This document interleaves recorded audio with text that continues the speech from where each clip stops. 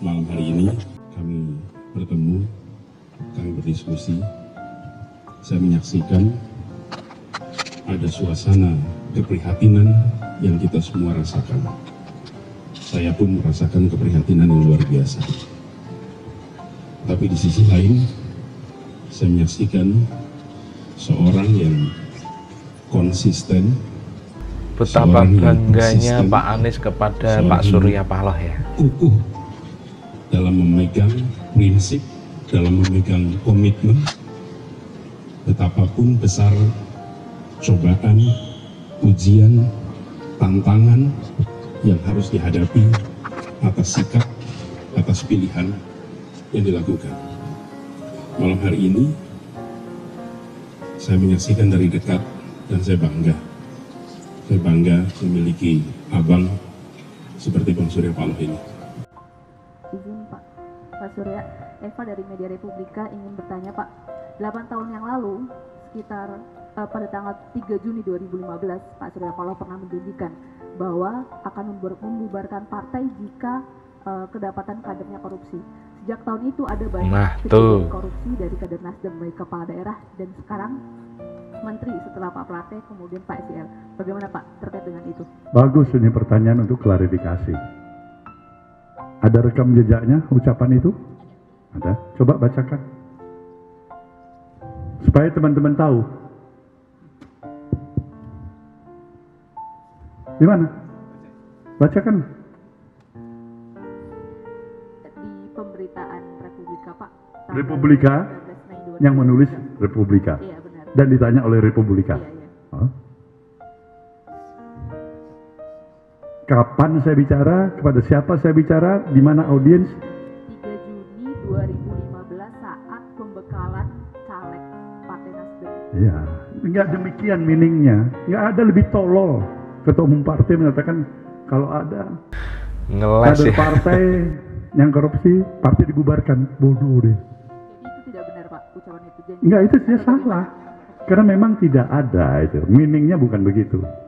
Saya sudah ingatkan sejak awal kepada para menteri Kabinet Indonesia Maju, jangan korupsi. Sudah sejak awal. Dan juga terus-menerus saya sampaikan untuk menciptakan sistem yang menutup celah terjadinya korupsi. Oleh sebab itu, juga berulang kali saya mengingatkan ke semua pejabat negara, baik itu menteri, gubernur, bupati, wali kota, dan semua pejabat untuk hati-hati dalam menggunakan uang dari APBD Kabupaten Kota, APBD Provinsi, dan APBN. Itu uang rakyat. Saya tidak akan melindungi yang terlibat korupsi dan kita semuanya percaya KPK bekerja secara transparan, secara terbuka, bekerja secara baik, profesional, dan pemerintah akan terus konsisten mendukung upaya pencegahan dan pemberantasan korupsi. Aduh. Ya. Nah, bagi seorang politisi oportunis ya, membual adalah salah satu strategi yang lazim dilakukan. Aksi membual yang sadar dilakukannya justru akan berujung keterkejutan saat publik kemudian mempercayainya ya. Sebagai salah satu contohnya adalah Pak Anas Urbaningrum yang siap digantung di Monas jika terbukti menerima uang hasil korupsi. Ada juga Mbah Amin Rais yang sesumbar akan berjalan kaki Jogja-Jakarta jika Pak Jokowi terpilih sebagai presiden. Publik paham itu sebuah bualan yang mustahil dilakukan. Dan kini ya, mereka menikmati karmanya meski kasus Omdo tersebut sudah dimaafkan.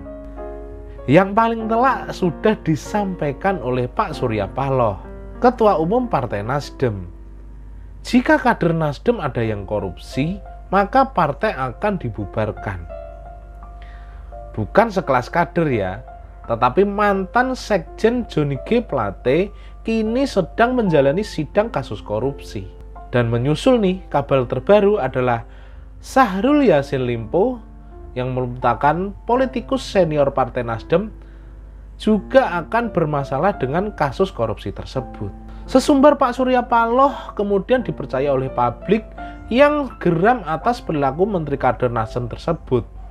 Lalu menagih janji Surya Paloh untuk membubarkan partai pengusung capres Anies Baswedan tersebut ya.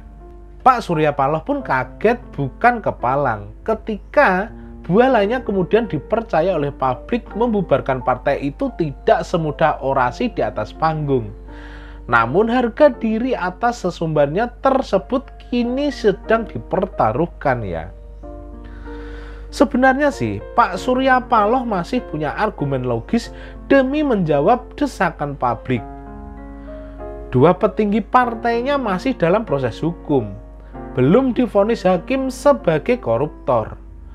Partai Nasdem tidak wajib dibubarkan, menunggu putusan ingkrah hingga ke MA. Butuh waktu paling cepat 1 tahun untuk proses itu.